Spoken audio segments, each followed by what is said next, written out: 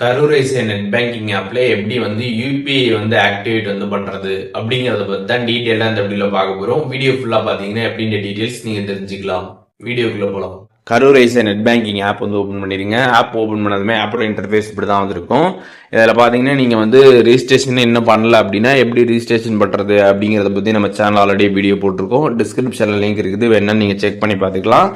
இப்போ இந்த ஆப்ல பாத்தீங்கன்னா நம்ம யூபிஐ ஆக்டிவேட் பண்றது தான் பார்க்க போறோம். ஹோம் பேஜ்லேயே பார்த்தீங்கன்னா கீழே யூபிஐ அப்படின்ற ஆப்ஷன் இருக்கும். அதை கிளிக் பண்ணிட்டு நெக்ஸ்ட் கொடுத்துட்டீங்க அப்படின்னா உங்களுக்கு வெரிஃபிகேஷன் வந்து ஸ்டார்ட் ஆயிடும்.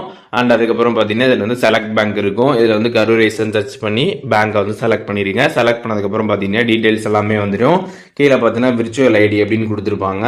இதில் வந்து உங்களோட நேமே நீங்கள் வந்து விர்ச்சுவல் ஐடியா வந்து கொடுத்துடலாம். நேமை நீங்கள் என்டர் பண்ணதுமே அதுவே விர்ச்சுவல் ஐடியா வந்து வந்துடும். கீழே சப்மிட்டை கிளிக் பண்ணிடுங்க. கிளிக் பண்ணிட்டு ஓகே கொடுத்துருங்க. ஒன்ஸ் நீங்கள் கொடுத்ததுக்கப்புறம் பார்த்தீங்கன்னா உங்களோட கரூர் ஐசிஐ அக்கௌண்ட் பார்த்தீங்கன்னா வந்து ஷோ ஆகும். நீங்கள் செக் பண்ணிக்கலாம். இப்போ நம்ம வந்து இதில் யூபிஐ பின் நம்பர் வந்து செட் பண்ணணும். யூபிஐ பின் நம்பர் செட் பண்ணால் தான் நம்ம வந்து Karur ICI net banking app மூலியமாக யூபிஐ பேமெண்ட் எல்லாமே வந்து பண்ண முடியும். ஸோ இப்போ அதை எப்படி செட் பண்ணுறதுன்னு பார்க்கலாம். இதில் சைடில் சென்ட் ஆப்ஷன் இருக்கும். அதை கிளிக் பண்ணிங்க அப்படின்னா debit card, Aadhaar card 2 option வந்து இருக்கும்.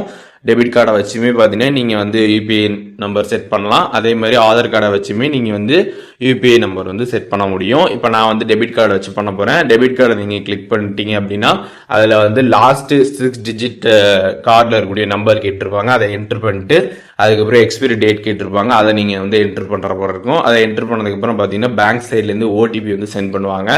அந்த ஓடிபி நீங்கள் என்ட்ரு பண்ணிடுங்க. என்ட்ரு பண்ணதுக்கப்புறம் பார்த்தீங்கன்னா யூபிஐ பின் நம்பர் வந்து செட் பண்ணுற மாதிரி இருக்கும். உங்களுக்கு ஞாபகம் வச்சுக்கிற மாதிரி இருக்கக்கூடிய ஒரு 4 டிஜிட் பின்னை நீங்கள் செட் பண்ணிடுங்க. திருப்பி அதே பின்னை நீங்கள் வந்து என்ட்ரு பண்ணுற மாதிரி இருக்கும். என்ட்ரு பண்ணதுக்கப்புறம் பார்த்தீங்கன்னா உங்களுக்கு பின் ஹாஸ் பீன் செட் சக்ஸஸ்ஃபுல்லி அப்படின்ற மாதிரி வந்துடும்.